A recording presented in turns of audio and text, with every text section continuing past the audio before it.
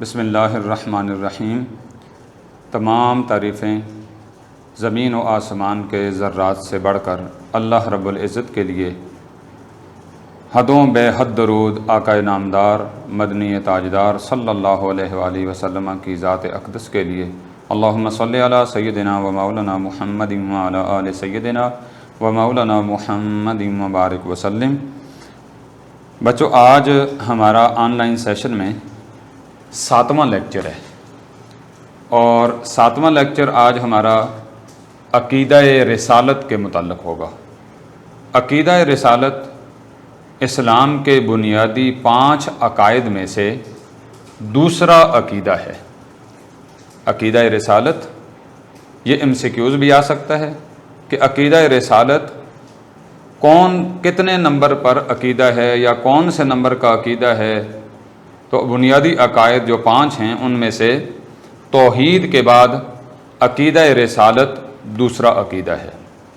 اب ہم آج اس کے متعلق پڑھیں گے کہ رسالت کا لغوی اصطلاحی معنی، پھر ایک لفظ استعمال ہوتا ہے رسول، ایک لفظ استعمال ہوتا ہے نبی، نبی کا معنی، نبی اور رسول میں فرق، یہ پڑھیں گے۔ اس کے بعد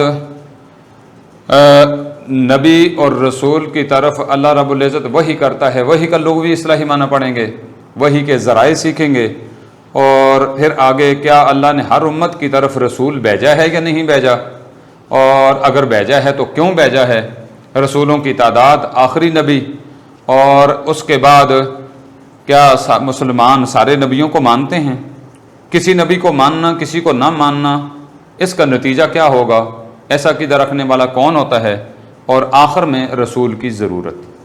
تو بنیادی طور پر آج ہم سیکھیں گے سب سے پہلے رسالت کا لغوی معنی۔ اسلام کے بنیادی عقائد میں سے جو دوسرا عقیدہ عقیدہ رسالت ہے، رسالت کا لغوی معنی ہے پیغام پہنچانا، پیغام پہنچانا، پیغام پہنچانے والے کو رسول کہتے ہیں، اور یہ اس کا لغوی معنی ہے۔